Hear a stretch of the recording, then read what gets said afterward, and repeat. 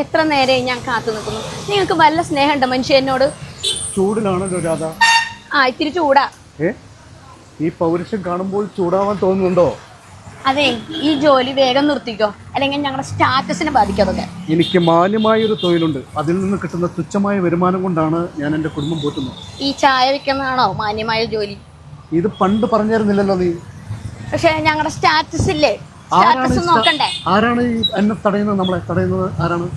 എന്റെ ഡാഡി സമ്മതിക്കില്ല. ഡാഡിയുടെ അടുത്ത് പറഞ്ഞേക്ക് എൻ്റെ കയ്യിൽ തോക്കുണ്ടെന്ന്. കാണിച്ചു തരുന്നു. തമാശ പറഞ്ഞല്ല.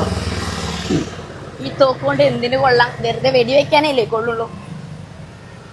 ഇപ്പൊ നിനക്ക് ഫാമിലിയൊക്കെ ആയില്ലേ? പണ്ട് നീ ഫാമിലി ഒന്നും പറഞ്ഞിരുന്നില്ല. എന്റെ ഡാഡിനെ ഞാൻ ഒരിക്കലും പറയാൻ കേൾക്കാണ്ടിരിക്കില്ല. നീ എന്നെ ഉപേക്ഷിച്ചാൽ ഞാൻ നിന്നെ ഉപേക്ഷിക്കുന്നു നീ വിചാരിച്ചോ? ഈ സ്നേഹത്തിന്റെ മുന്നിലാണ് ഞാൻ വീണ്ടും പോയത്. അതെ, ഇവര് തമ്മിൽ ജോയിന്റ് ആയ സ്ഥിതിക്ക് ഞാൻ ഒന്ന് ഇടപെട്ടോട്ടെ? തീർച്ചയായിട്ടും അല്ലെ. ഞാൻ നിൽക്കുന്നത് ഇപ്പൊ മണ്ണുത്തിയിലാണ് കേട്ടോ. മണ്ണുത്തിയിൽ ഒരു ബസ് സ്റ്റോപ്പിന്റെ ഉള്ളിലാണ്. അപ്പൊ ഈ ഒരു ബസ് സ്റ്റോപ്പിന് ഒരുപാട് പ്രത്യേകതകളുണ്ട്. ലോകത്ത് ഇങ്ങനെ ഒരു ബസ് സ്റ്റോപ്പ് എവിടെ ഉണ്ടാവില്ല അല്ലെ.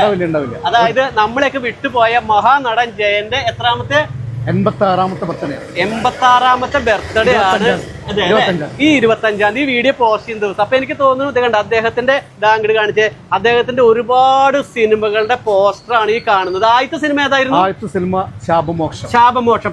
പിന്നെ കോളിളക്കം. അവസാനത്തെ പടമാണ് കോളിളക്കം അല്ലേ. ഈ ഒരു ഇതിലായിരുന്നു അല്ലെ അദ്ദേഹത്തിന്റെ 156 പടങ്ങളാണ് അഭിനയിച്ചത്. 156 പടങ്ങൾ അദ്ദേഹം അഭിനയിച്ചിട്ടുണ്ട്. ഇതാ അങ്ങനെ വന്നാ നോക്കിയേ. ഇനി കാണാത്തവരൊക്കെ ഒന്ന് കണ്ടോ. ദാ പണ്ട മക്കളെ നിക്കണ നിപ്പ് കണ്ട. അങ്ങനെ അവിടെ കണ്ട. എനിക്ക് തോന്നുന്നു ഇങ്ങനത്തെ ഒരു ബസ് സ്റ്റോപ്പ് എവിടെ ഉണ്ടാവില്ല ഞാൻ തോന്നുന്നുണ്ട് അല്ലേ. ഒരിക്കലുണ്ടാവില്ല.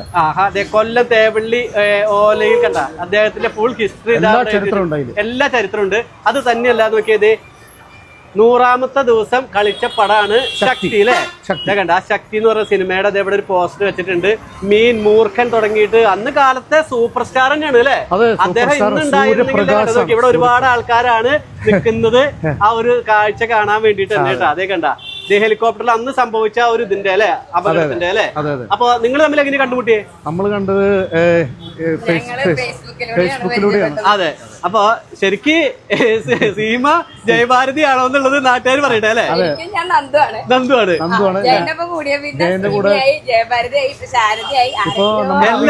റീൽസ് കണ്ടിട്ട് ഇപ്പൊ കല്യാണ വീട്ടുകളിൽ ക്ഷണം കിട്ടിയിട്ടുണ്ട്. ഒരു 5 കല്യാണം ഇപ്പൊ ഓർഡർ വന്നിട്ടുണ്ട്. അപ്പൊ നമ്മളെയൊക്കെ ജയം വിട്ടുപോയാലും എന്താ പറയാ ഓർമ്മയിലുണ്ട്. കാണാവുന്ന ആൾക്കാരൊക്കെ നോക്കിയത് കണ്ട നിൽക്കുന്നുണ്ട്. അതെ, ഇപ്പോഴും നമ്മളെ വിട്ടുപോയിട്ടില്ല. ഇപ്പോൾ എന്റെ കുടുംബത്തിന്റെ വാടകയും എന്റെ കുട്ടികളുടെ പഠിപ്പൊക്കെ ജയൻ സാറാണ് നടത്തുന്നത്. ഇപ്പൊ ആ ഡ്രസ്സ് തന്ന കഥ എന്ന് പറഞ്ഞേ. ആ ഡ്രസ്സ് ഇപ്പൊ ഇത് ജോസ് പ്രകാശിന്റെ കോട്ടാണ്. പിന്നെ ജയന്റെ ഷർട്ട് ഉണ്ട് അല്ലേ. അത് ജയന്റെ ഒരു പോസ്റ്റ് ഇടാനാണ് ഇവിടെ പറയണത്. ആ ഏതാണ്? ഓ എന്തായാലും ചേട്ടന്മാരൊക്കെ ഹാപ്പിയാണ്. അപ്പൊ ഇന്നത്തെ ദിവസം ശരിക്കും നമ്മൾ അദ്ദേഹത്തെ ഓർക്കുകയാണ് അല്ലെ. പിന്നെ പ്രത്യേകിച്ച് എനിക്കൊരു കാര്യം പറയാനുള്ളത്, അതായത് 9ാമത്തെ സീമയാണ് ഇപ്പൊ. 9ാമത്തെ സീമയാണ്. ഈ സീമയ്ക്ക് ഒരു പ്രത്യേകതയുണ്ട്. എന്താ? ഈ സീമ ഞാൻ പറയണ്ടേ? പറയേ.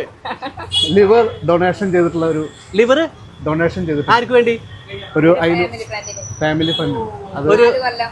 അങ്ങനത്തെ ഒരു സീമയാണ്. ആ സീമയ്ക്ക് ഒരു കൈയടിക്കണ്ടേ? അതെ, എന്തായാലും വളരെ സന്തോഷമുണ്ട് കേട്ടോ. അപ്പൊ അദ്ദേഹത്തിന്റെ സിനിമകളൊക്കെ എനിക്ക് തോന്നുന്നു ഇപ്പോഴത്തെ തലമുറയ്ക്കൊന്നും വലിയ കാര്യമായിട്ട് അറിയാനായിട്ട് പറ്റില്ല അല്ലെ. അന്ന് കാലത്തൊക്കെ ജയൻ സാറിന്റെ സിനിമ എന്ന് പറഞ്ഞ ഒരു ഹരായിരുന്നു. ശക്തി, ശരപഞ്ചരം, മൂർഖൻ, ആ പടങ്ങളൊക്കെ സൂപ്പറായിരുന്നു. പിന്നെ പ്രത്യേകിച്ച് എനിക്ക് ജയഭാരതി ആക്കണേൽ എനിക്ക് യാതൊരു കുഴപ്പമില്ല. ജയൻ സാറിന്റെ മുറപ്പെണ്ണായിരുന്നു ജയഭാരതി അല്ലേ. അപ്പൊ നമ്മുടെ ജയന്റെ ജീവിത മാർഗം എന്ന് പറയുന്നത് ഈ ഒരു സ്കൂട്ടിയാണ്.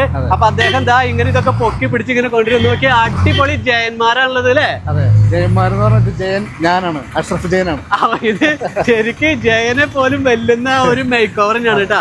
അപ്പൊ ഇതും കൊണ്ടാണ് ജീവിതമാർഗം അല്ലെ. അപ്പൊ തൃശ്ശൂർ ടൗണിൽ കൂടെ ചായയൊക്കെ വിറ്റിട്ടാണ്. അതേപോലെ തന്നെ പ്രോഗ്രാമുകളൊക്കെ ഉണ്ട് അല്ലെ. അതെ, പ്രോഗ്രാമുകളുണ്ട്. ഇപ്പൊ ജയൻ സാർ മരിച്ചിട്ട് 86 കൊല്ലായി. 86 വയസ്സാണ് ഇപ്പൊ അദ്ദേഹത്തിന് ഉണ്ടായിരുന്നത്. 86 ബർത്ത്ഡേ. അപ്പൊ അത് നമ്മൾ ആലോചിക്കുന്നത്, ഒരാള് ഇതുപോലെ ചായ കച്ചവടം ചെയ്ത് ഈ ഫിഗറിലൂടെ ജീവിക്കുന്നുണ്ടെങ്കിൽ അത് ഈ ഒരു അഷ്റഫ് തന്നെയാവും.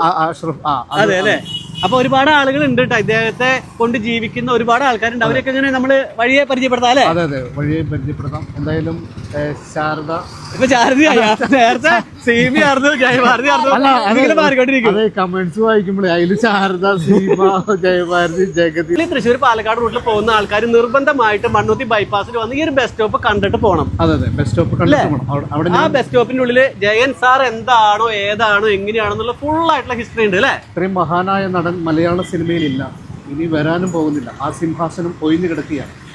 അതുകൊണ്ടാണ് ഇപ്പോ എന്തായാലും വളരെ സന്തോഷമുണ്ട്. ഇതൊക്കെ ഇവരുടെ കലയും ജീവിതമൊക്കെയാണ്, വേറെ രീതിയിൽ ഇതിൽ കാണണ്ട.